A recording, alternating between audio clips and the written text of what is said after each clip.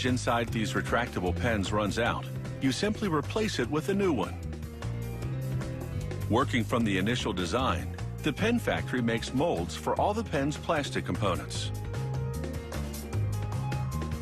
The injection molder first shoots hot liquid plastic into molds for the barrel's rigid core, then into other molds for its soft rubber grip. The tubes for the ink cartridges are also made of plastic. Machinery aligns them in the same direction, then prints on the company name, model number, and tip size. Here, a filling machine injects 0.8 grams of ink through the tip. To prevent the ink from evaporating, it plugs the other end with 0.1 grams of silicone paste. Meanwhile, high-precision machines progressively shape the pen's tip out of stainless steel blanks. The equipment drills a 1 millimeter channel through the blank. Then, in quick succession, fashions the tip into a cone, cuts 5 tiny ink flow channels in the ball socket, and seats a 1 millimeter diameter stainless steel ball in the center.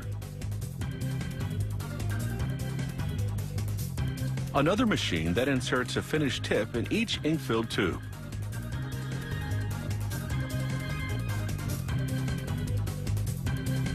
A scanner then checks the length and the ball of each cartridge.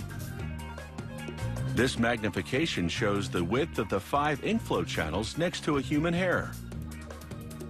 Random samples undergo an air pressure test to check the ball's position and movement.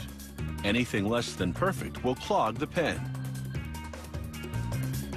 They close off the end of the cartridge with a plastic cap. The cartridges now go into a centrifuge, which forces the ink to the tip, eliminating any air bubbles that would obstruct ink flow.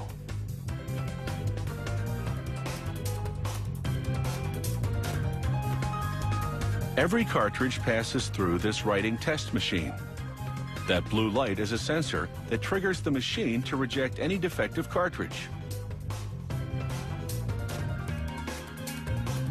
The components now come together in the assembly department.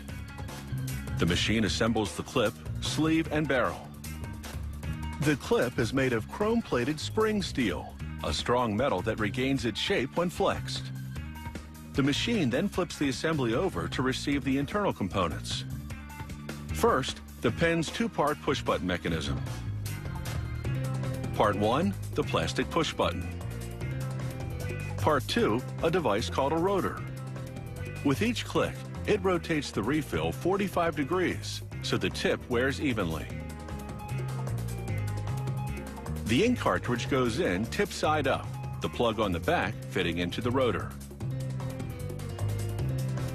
This device forces spring steel wire through a coiling block. This produces a tiny spring that provides resistance to the push-button mechanism. A grabber places the spring over the cartridge tip.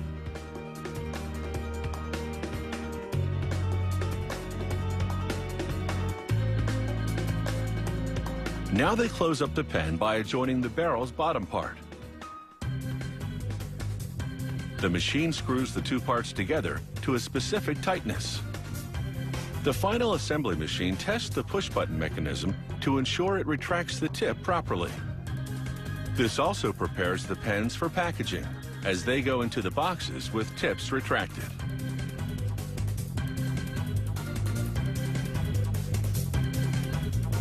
The factory subjects random samples to endurance testing. This device clicks the push button 100,000 times. Only then does a printer put the logo on the barrel.